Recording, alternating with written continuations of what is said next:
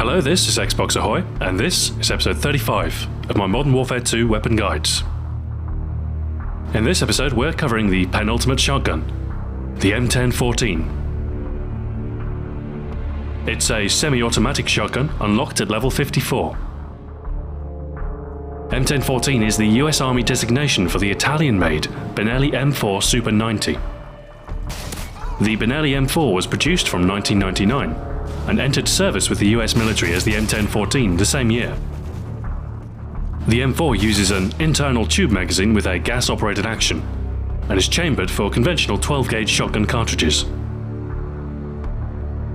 In-game, the M1014 is a mid-damage, mid-capacity weapon with a good rate of fire and decent one-hit kill potential. Unlike many of these shotguns, the M1014 doesn't have any major drawbacks. It's a good all-round weapon as far as shotguns go. Damage is more than sufficient and will often kill in one shot. But even in the cases where it doesn't, you can quickly follow up with up to another 3 shots if needed. Reloading is frequent and cartridges are inserted individually, but it's relatively quick, and if you keep in the habit of topping up after firing, you'll seldom find yourself running dry. It's a balanced, reliable weapon, and while it lacks some of the aggressive punch of the SPAS 12, it's an able close-quarter weapon nonetheless. The M1014 is pretty effective without any attachments, but some do have benefits. The sights, however, are generally useless on the shotguns. Any accuracy benefit you might get is of little value at the typical ranges at which you'll want to encounter enemies. Both the red dot and holographic behave in a similar way. That is to say, they do nothing for the effectiveness of the weapon. The M1014 can be silenced, but I wouldn't recommend it. It decreases your effective range, and if you can get close enough for a one-hit kill with the silencer, you're close enough to knife the enemy in most cases. It's better to go loud, but remain mobile.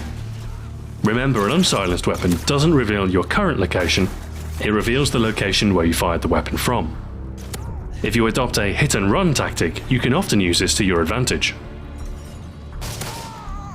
The grip is probably the first useful attachment you unlock. It speeds up recovery from the recoil experienced when the weapon is fired.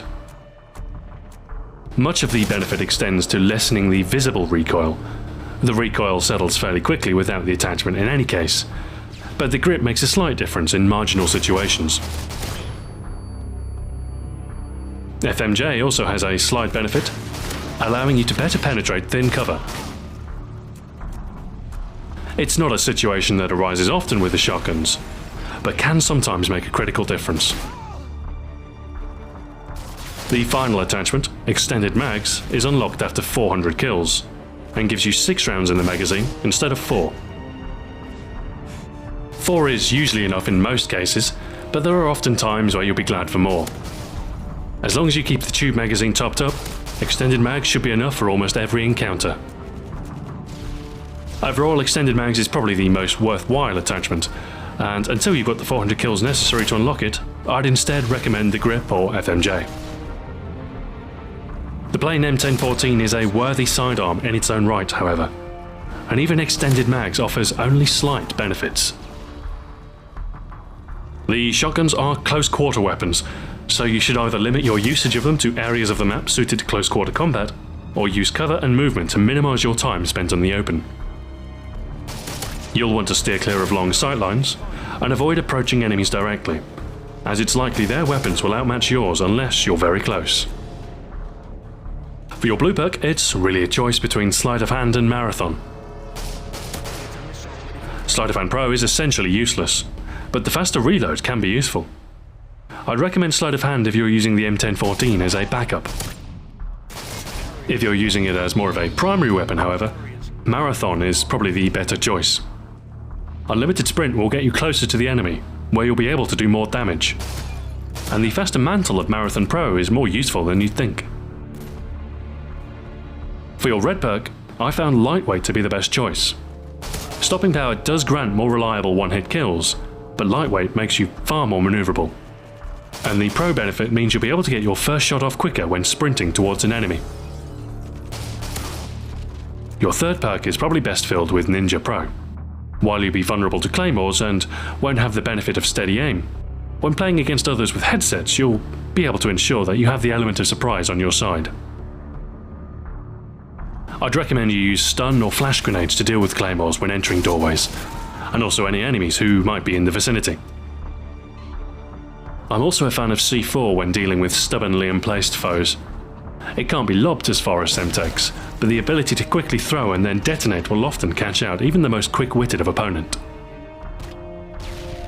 The M1014 is a very reliable weapon, with few flaws as far as a shotgun is concerned. The range is sufficient, the damage is good enough, and the rate of fire is useful for when one shot doesn't do the trick.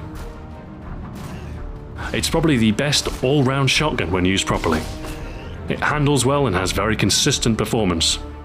It's definitely a situational weapon, as with all the shotguns it's completely ineffective unless you can get close to your target. But when used in the right circumstances, it's hard to fault. Thanks for watching, this has been Xbox Ahoy.